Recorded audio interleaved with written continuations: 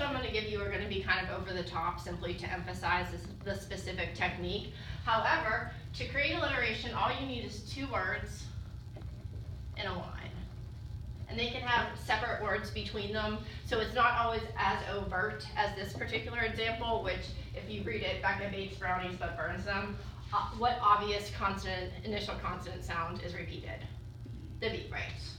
Absence is a repetition of a vowel sound. And the emphasis there is on sound, not particular letter, because different letters can have different sounds based on the way that they're used in a word. So an example of that would be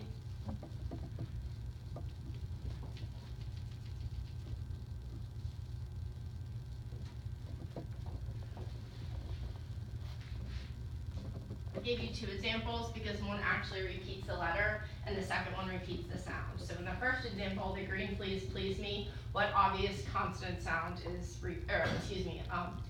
vowel sound is repeated? The long E, right? And then in the second example, I fly high, what sound is repeated? The long I, right? However, we have it used differently. This still creates assonance. The third example is consonants, and typically this is the most difficult one for people to grasp and to identify because it's the most subtle of the 3. And that's it, repetition of internal or ending consonant sound.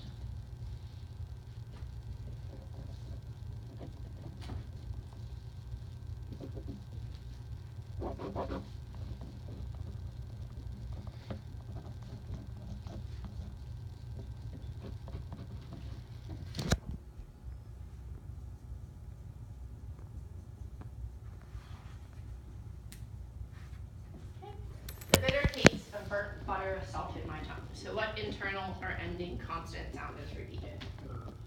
Well, is one of them, that's good. So we have the and then you also have what other one? But the isn't burnt too. Oh, you're right. That was even more subtle than the one I tried to make very overt. What additional sound creates consonants in that example? The T, right. So we have this one, we have this one, we have this one, we have this one, we have this one. So we have 5 examples of consonants in that one, plus the ER. And a line can have all 3 techniques used, or it can have one, and again, they don't have to be right next to each other, and it only has to be 2 examples within one line. So a lot of times, these sound techniques are created a lot more subtly. The second technique is ambiguity, which is the ability to mean more than one thing, and poets create ambiguity with a couple of different techniques. The first one is form versus content. And that's the example that we have here. My Papa's Waltz. When you read the title of that poem, what sort of connotation does that have? Positive or negative? Positive. Positive. What type of dance is a waltz? Romantic. Light, playful. You know, it's not something that would have a negative connotation. But we read the poem, which goes as follows. The whiskey on your breath could make a small boy dizzy, but I hung on like death. Such waltzing was not easy. We romped until the pans slid from the kitchen shelf. My mother's countenance could not unfrown itself. The hand that held my wrist was battered on one knuckle. At every step you missed, my right ear scraped a buckle. You beat time on my head with a palm cake tarred by dirt, then waltzed me off to bed, still clinging to your shirt. So the ambiguity in this poem is his dad playing with him, or is he doing what? Abusing him, right. So we have the form, which is a light, playful tone. We have a light, playful title, but what are some of the words within the poem that imply that it could be abuse as opposed to just playing? Whiskey, death, wrong. The mother's doing what?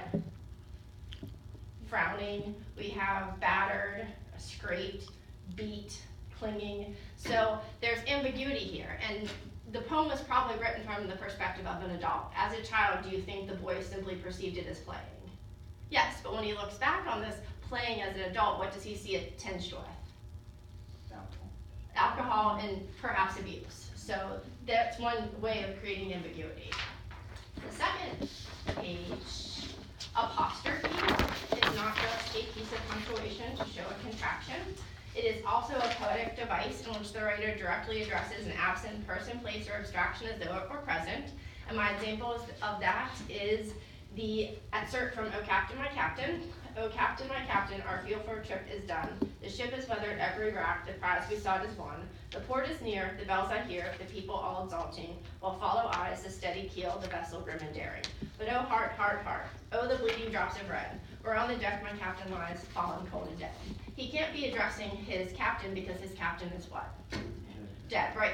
Apostrophe poems were very popular in the past. We didn't have the lines of communication back then that we have now. So if someone went away to war or went to work on a ship or simply, went off into the woods to hunt and never came back, the apostrophe technique was very popular.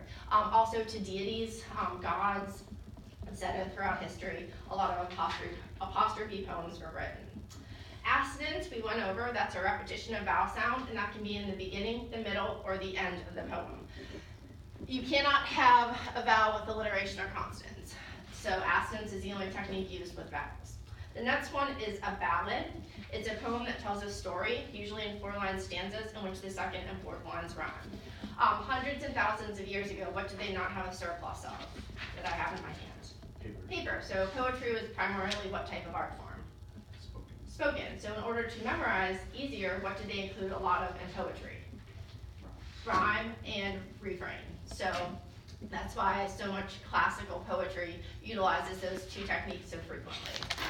Blank verse. Blank verse is unrhymed by Iambic pentameter. Does anybody know who wrote all of their plays in blank verse?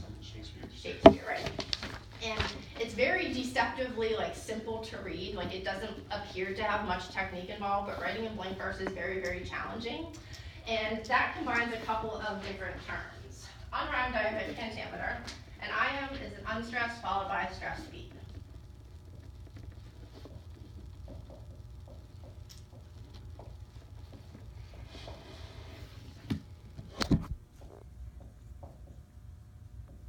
When you go through and you identify the rhythm of a poem, it's called scanning poetry, but typically it's not something that's done in an introductory lit class. If people are adept at reading or writing or playing music, typically they can scan poetry rather easily, but for an introduction, it's a little bit challenging of a skill, but the only one we really review is iambic pentameter because it pertains to Shakespearean sonnets, which we talked about in class. So an example.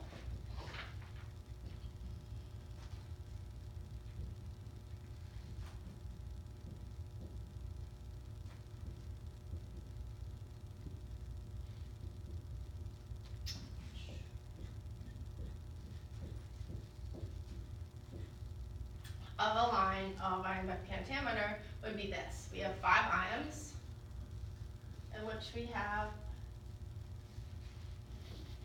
there we go, in which we have 5 unstressed followed by a stressed beat. So when you have an entire piece of writing, be it a play or a poem written in this format, in which we have no rhymes at the end, that's called blank verse. And again, it's very deceptively, kind of easy to read when in fact it takes a ton of skill to write an entire play in it. Because it has no rhyme, it doesn't seem to have much poetic merit, I guess, but it's something that's very challenging to do. Next page. Consonants we covered. That's again repetition of internal and or ending consonant sounds. A couplet is a type of stanza, and that is the amount of lines that are grouped together, and a couplet is 2 lines. So try to come up with something.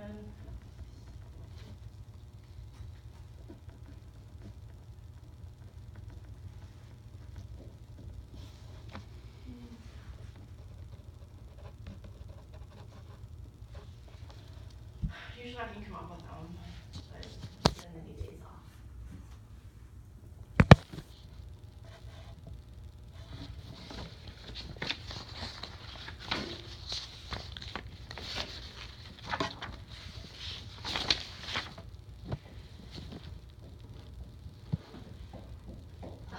Okay, so this would be an example of a couplet, even though it doesn't make sense.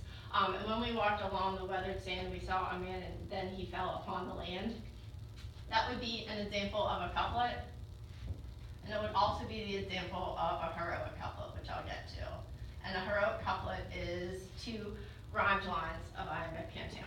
If we change this to rocks, it would then be one verse. But since it rhymes, it would be typically a couplet rhymes, not always. If it does rhyme exactly, it's called a heroic couplet,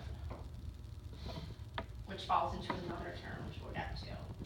A dramatic monologue is a poetic form in which a single character, addressing a silent auditor at a critical moment, reveals himself and herself in a dramatic situation, and that type of poem can overlap with an apostrophe, it can overlap with being a sonnet, it's just sort of a quality of a poem.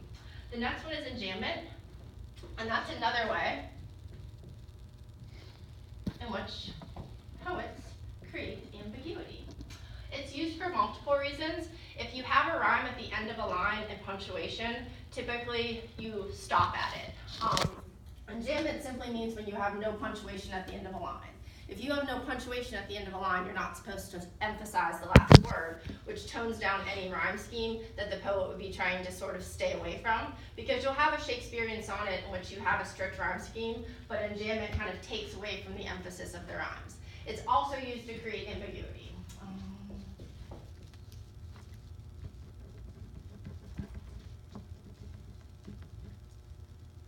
Okay, so this line right here, I really love to watch you. Although it has kind of like a creepy stalkerish tone to it, does it have a positive or negative connotation? I really love to watch you. Positive, right.